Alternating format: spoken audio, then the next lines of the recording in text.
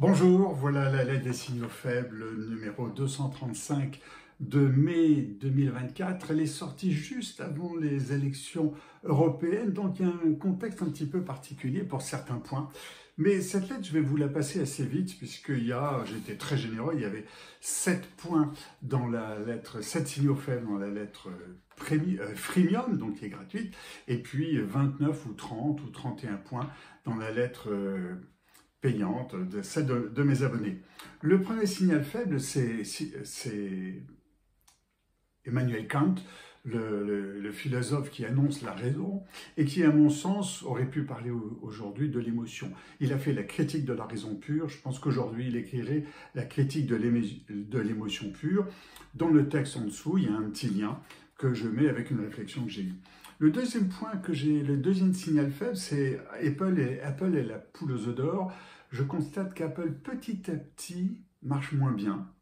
C'est-à-dire que le système Apple se grippe parce qu'il est devenu trop gros, trop bloquant, trop attaqué plutôt par un système qui devient monopolistique, un caractère monopolistique dans le monde. Et là, c'est en train de se craqueler tout doucement, malgré toutes les liquidités qui sont chez Apple. Mais on a l'impression que ces liquidités, Apple ne sait pas trop quoi en faire. Le troisième signal faible, c'est place aux jeunes, c'est-à-dire c'est dans cette élection européenne, en général les candidats des principalistes entre 26 et 44 ans.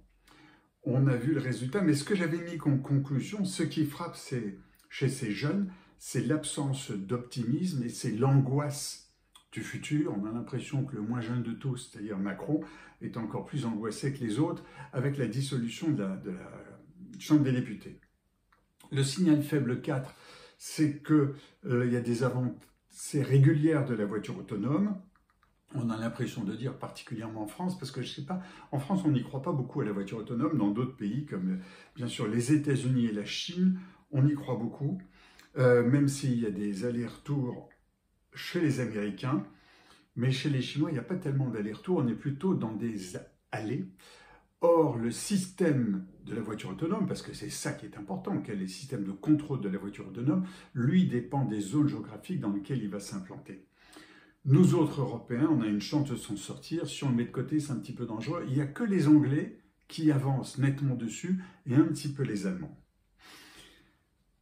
Un signal faible 6, c'est avec l'intelligence artificielle, on a besoin de beaucoup de data centers et beaucoup plus puissants, et ils sont devenus des véritables grippins.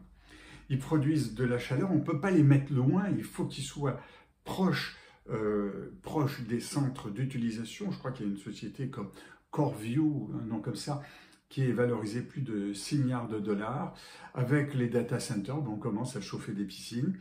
Alors peut-être que OpenAI va s'intéresser au chauffage urbain dans un prochain développement.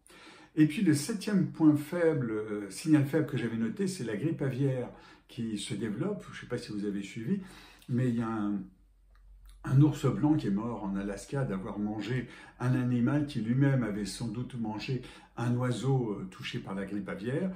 La grippe aviaire se développe et se répand aux humains. Ça a été constaté aux États-Unis. Pour l'instant, ce n'est pas arrivé en Europe, mais on en a peur, pas officiellement. On dit que c'est tranquille, mais on en a peur. Deuxième maladie qui progresse, c'est le choléra. Le choléra, on le voit à Mayotte, il se développe, il avait quasiment disparu. Il avait disparu, il se redéveloppe et il y a une crainte là-dessus.